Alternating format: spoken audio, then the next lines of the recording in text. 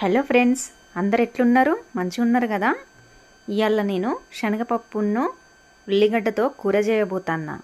ఎండలు మండిపోతున్నాయి అని శనగపప్పు నానబెట్టిన, కాకపోతే ఇక ఫుల్ వర్షాలు వస్తున్నాయి. అయినా పర్వాలేదని చేస్తాన్నా.